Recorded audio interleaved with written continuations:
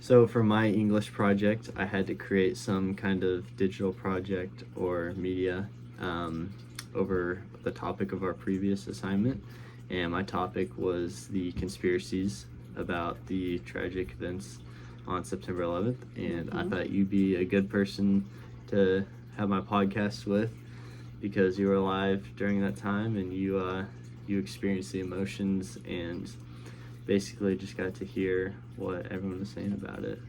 So basically, I'm gonna ask you a couple questions, give you some context behind my research, and just see what you think about my research and the questions I have. So first, this has nothing. Well, it kind of has something to do with my research, but when people mention the word conspiracy or a conspiracist, what comes to mind? I think what comes to mind for me is an idea that someone has to make them feel more comfortable with a tragic situation. So maybe in a time of desperation where people need an answer, they need a why, when so much is unknown, they come up with an explanation, no matter how far-fetched that is. And I do think that that grows, especially in this day and age of social media, because it can be fueled by everything you read, and you can always find a group of people that agree with what you're saying. Yeah, that's definitely something that came up in my research, and there are a couple questions about that. So, the second question, what conspiracies have you heard surrounding September 11th? And then what do you know about the conspiracies that you've heard, if you've heard any? You know, I don't know any of them on an in-depth level, but I do know that there are people who believe that it didn't happen. Yeah. I know there are people who believe the government knew it was coming. Mm-hmm. I do know there are people who believe the government was actually involved in that. I would say those are the main ones I have heard. Well, it's okay that you don't know all of them, or because that's kind of what this is about, just to talk, inform people, and just educate them on what happened in the scientific reasoning as to why the conspiracies aren't true. Okay. But for my third question, which kind of starts the questions off my research. Conspiracies can be created for many different reasons, but the root cause for the creation of all of them is usually distrust in authority. A lot of conspiracies are based around scientific facts that have been proven by scientists and released by people or organizations with power. Scientists have proven many of these theories wrong, such as the fake moon landing conspiracy, the flat earth theory, vaccination conspiracies, and many more. If one of these conspiracies is taken and analyzed, there is always a scientific reasoning that disproves these conspiracies. Written in the article, evidence that negative maternal transference is at the root of Americans' beliefs in 9/11 conspiracy theories by Paul Nail, Corey Cobb, and Carly Owen. They talk about how negative parental relationships created distrust in authority, which is why conspiracies are formed. Do you think that people have so much distrust in authority that they will go against what scientific discoveries conclude? Oh, absolutely. And I think in this generation, in Trump era politics, we're definitely seeing the distrust has played a critical role in people coming up with alternative information. I think also with social media, people see things that seem factual, but they aren't. But people are having a hard time distinguishing between those. So yes, I absolutely think it's interesting that, we know that most of the time people's childhood experiences, so it is possible that if people grow up in a home where they do not trust authority, then they're going to be more likely to distrust information they're given from others until they deal with that childhood issue. Yeah, and like you said on the internet, it can be super convincing, it can be obvious, but some of the information could seem realistic, and that could convince someone that it's true. Absolutely. Yeah, but after completing their goals for the original research question, Neil, Cobb, and Owen took their research a step further to see if a negative relationship with a mother or father makes someone more inclined to believe in a conspiracy.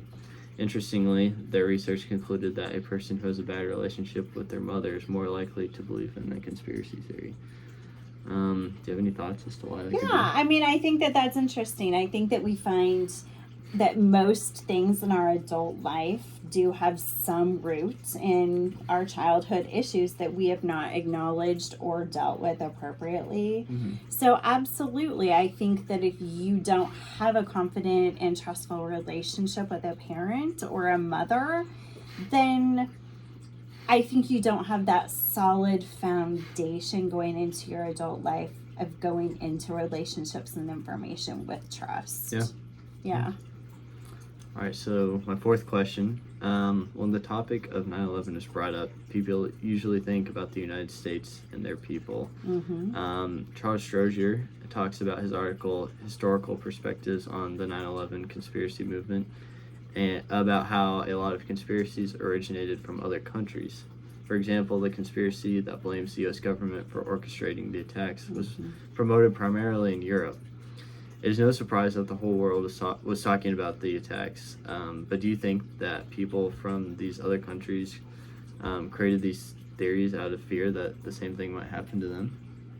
I think that's an interesting possibility. The first thing that came to mind was that people from other countries weren't able to see it with their own eyes. Mm-hmm. And so I think it's easier to believe something when you're a little more distant from it. Yeah. I do also happen to think that across the world there is a lot of distrust of our country, sadly, among other countries. And so I can see how those could have started there. Sure. Yeah. I see that on the internet with other things, not just conspiracies, Absolutely. but other distrust in America and their policies and everything. Absolutely. But Charles Strozier also examined how conspiracists defend their arguments, and he concluded that they flipped the scientific method to prove their ideas. Strozier's evidence essentially states that to a conspiracist, missing evidence is evidence that someone is trying to hide the truth. Based on this evidence, do you think conspiracists utilize a more offensive or defensive approach when trying to prove people wrong? I think both can be used. I think that I think maybe the start of a conspiracy theory might start more as an offensive, but then I can see how as people start questioning why they believe that, then they look in holes in arguments to defend what they're saying. So that might be where, well, you're missing this piece of evidence, so that must mean this. I don't know though, but that's kind of what my thought is on that. Yeah, when I first thought about writing this question, I originally thought that it was more of a defensive approach, because if there's missing evidence, then it's kind of hard to be offensive with it. Sure. But then I thought about it as, well, like, it has to start, it has to originate somewhere. Right. There has to be someone has to think of some reason as to why it's true, otherwise people won't believe it. So they have to be approaching other people to basically make them believe it. So maybe whenever it's people attacking them, they're more defensive about it. But when they're trying to convince other people, it's more of an offensive I think approach. that's fair. I think it can be both sides of it. Yeah. And if you're looking at something like, vaccinations causing autism, you find that many times the people that feel strongly about it, it's really difficult to argue with them because they've seen their child regress immediately following a vaccination. And I know that's not the topic we're talking about here, but it gets very personal. And so then they are looking for things in their own experience that might be holes in evidence that they're trying to, that they really actually believe in. Yeah. I think it's important to connect this to other conspiracies too, just because I have general questions, I have specific questions, but they're all connected because it's all false information that people believe. Right. For different reasons, but Right. there's Right. root causes for all of them. Right. And to all some people, it's very personal, and it actually is what they've seen or not seen, and it might just be specific to their individual case, but to them, it feels like everything. It can feels be like convincing evidence. when you see it, even if it's Right. been proven false. Right. Right. So my sixth question, the article Unanswered Questions, a preliminary investigation of personality and individual difference predictors of 9/11 conspiracist beliefs by Baron Swamy, Thomas Chamorro Premusica, and Adrian Fernham suggests that beliefs in conspiracy theories are rooted in distrust of authority. It is proven that parents can play a big role in distrust of authority, but what other large influences do you believe could cause people to form a distrust in authority? You know, I think people that maybe didn't find themselves fitting into a certain mold, they found themselves as outsiders, whether that be by in their school communities, in their college communities, in their professional communities, that I think then you start to distrust the system and you start to become a little bit negative about the world around you. And I think you can stop trusting because when you're not connected, when you're not accepted, when you don't have people that, you know, you feel connected to, I think that you can start to distrust others, especially after maybe you've been hurt or embarrassed or left out or other things like that. Yeah. I agree. That makes, I feel like if someone hurts you or does something to you, you kind of want to go against whatever they Absolutely. You don't trust the people that should have protected you or where you should have felt safe. It's okay. Sorry about that. It's okay. All good. It's a part of it. Part of the experience. So, Swamy, Chamorro, Premusica, and Fernham also believe that people use conspiracies as a way to hide the truth from themselves because they are scared of the truth. What issues do you think could start to form if a person starts avoiding the truth and starts creating a reality that is false? Oh boy. And in the year 2025, it could be very dangerous because you can find anything you want to support anything you want. There might have been a time where your ideas, you might have been able to find some people to connect with, but now, the more you convince yourself, you can convince yourself by tailoring your social media feed, by finding the news network of your choice. It's very easy and very dangerous. Yeah. So my eighth question, in her article 9/11 Conspiracy Theories, Beta Safrany discusses the physical evidence that conspiracists gathered in their efforts to prove that the U.S. government was behind the attacks on September 11th. Safrany was able to disprove a lot of these conspiracies, such as remote explosives being used at the base of buildings, odd flight paths taken by the pilots, the planes being controlled by remotes, and a lack of military response to the situation. Do these conspiracies seem more plausible than ones we've previously discussed? You know, I suppose anything is possible, right? I think we would be surprised possibly about the things that do go on that we are unaware of. But no, I think the evidence we have, we've seen footage of those who hijacked the planes. We've seen security footage in the airports. We've heard witness statements. We've heard phone calls coming from those airplanes of what was happening. So we know that with the factual things, we're able to see that these things, I mean, of course, anyone could make a strong case for anything, but we've seen all the evidence from hundreds of witnesses to confirm what happened. To me, this was the first conspiracy that I'd seen that evidence was offered as to why these might be true. but it was also disproved, such as I remember the odd flight paths. Although for a pilot it was an odd flight path, for hijackers it was a very common flight path. Right.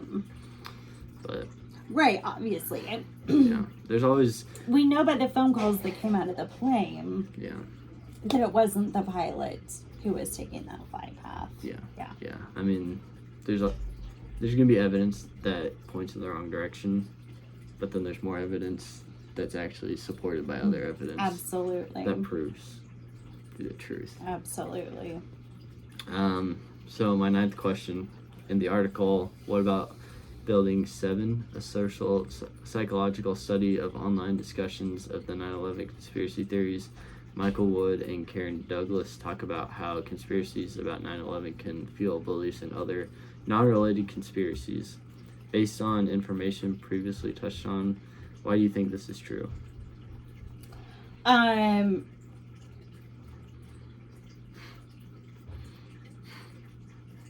I think that it's possibly once you open a door, you say, well, gosh, if this is true, then what about this? Yeah. Well, if they lied about this, then did they lie about this? Yeah. And I think it's easy once you have a distrust of a situation to wonder what else you might have missed. Yeah.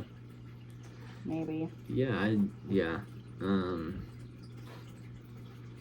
I think distrust and authority is kind of a part of all these, all this research, all these questions.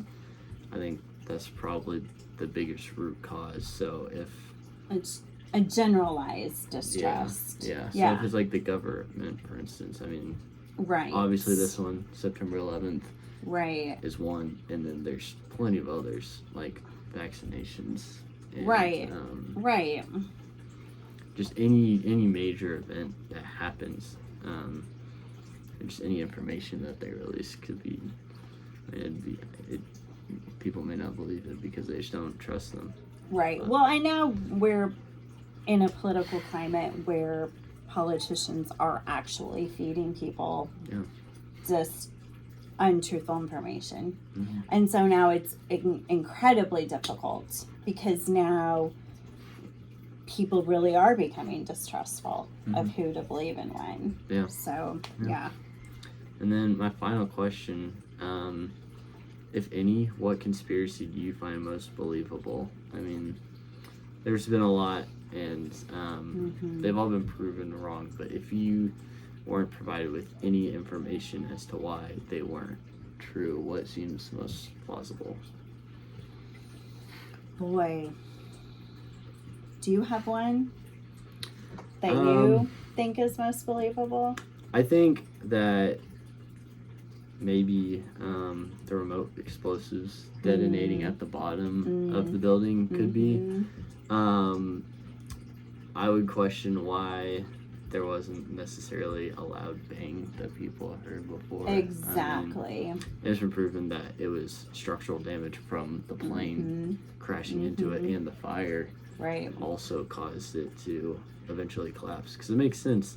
Right. The extreme heat melted the core of the building. Which it's just, whether it started at the base or at the crash site, it could just go right through and make it look like, I mean, it also doesn't really make sense why it took so long after. Like, you'd think the plane, they would have timed it when the plane hit, they would immediately make it collapse, or maybe not. Maybe people think that they delayed it so that it would look like that is what happened.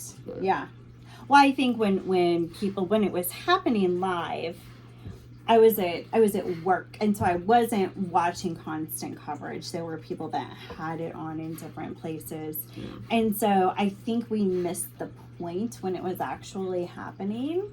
That when a plane hit, and then another plane hit, you think it never occurred to people that the building was going to collapse. Everyone assumed. You wouldn't be thinking about that. First of all, no one assumed people were still in the building. From home, you assume everybody's getting out the second those planes hit. Yeah.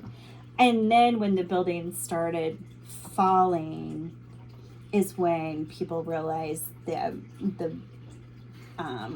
extent. Because at the time you were worried about the point of impact and all that kind of stuff. So I think to most of us it made rational sense that so much time passed that it was a process from top down. Yeah. You know? Yeah, I think, I mean, to me, none of them really seem believable, but Right. if I had to choose one, that'd probably be Right. it. But Right. I would have to say, for me, does it have to be in regard to September 11th? Like, no, what you is could- most believable? You could say any I don't think any of the September 11th conspiracies seem super believable to me. But I do have to say, I am a speech pathologist, and I do work with parents and kids with autism. And I do have to say, even though it has been disproven, there is something that makes it very difficult to distrust a parent who has seen something happen in their kids. That is a tough one for me. And even though the child is developing normally, has a vaccination, and suddenly starts to regress, parent has seen this with our own eyes, and that is really, really hard to not listen to. But we know that that's just a coincidence, that the timing of that vaccination happens to occur around the same time that the regression happens in autism. So I think the conspiracies that are easiest for me to believe are the ones that affect people personally, that they have witnessed with their own eyes and hearts and minds. Yeah. I'd have to agree with that. I was kind of just talking about 9/11 specifically. But if I were to pick a general conspiracy, just because, I mean, when you see something with your own eyes, it's hard to not believe it. And then people will tell you that's what they saw and that's what happened. But yeah, I mean, it makes sense that it happens at the same time. They're both like vaccinations. Are usually scheduled. Yes. You usually get them at a specific age. Age. Yeah. I don't know much about autism, like when it starts to. It just happens to coincide with the onset coincides with that point on the vaccination schedule. So Well, I decided to do a podcast for this project because I thought it'd be best to be able to discuss it rather than just present the information, because I think this is a complex topic. Absolutely. With a lot of different sides, and I think a discussion also would make a conspiracist feel less attacked. Absolutely. Than, just presenting them with information, telling them that they're wrong. Right. They can hear information, provide you with information, and have a dialogue. Yeah. Right. Well, thank you for coming on. Thank you for having me. Yeah. Thank you. All right.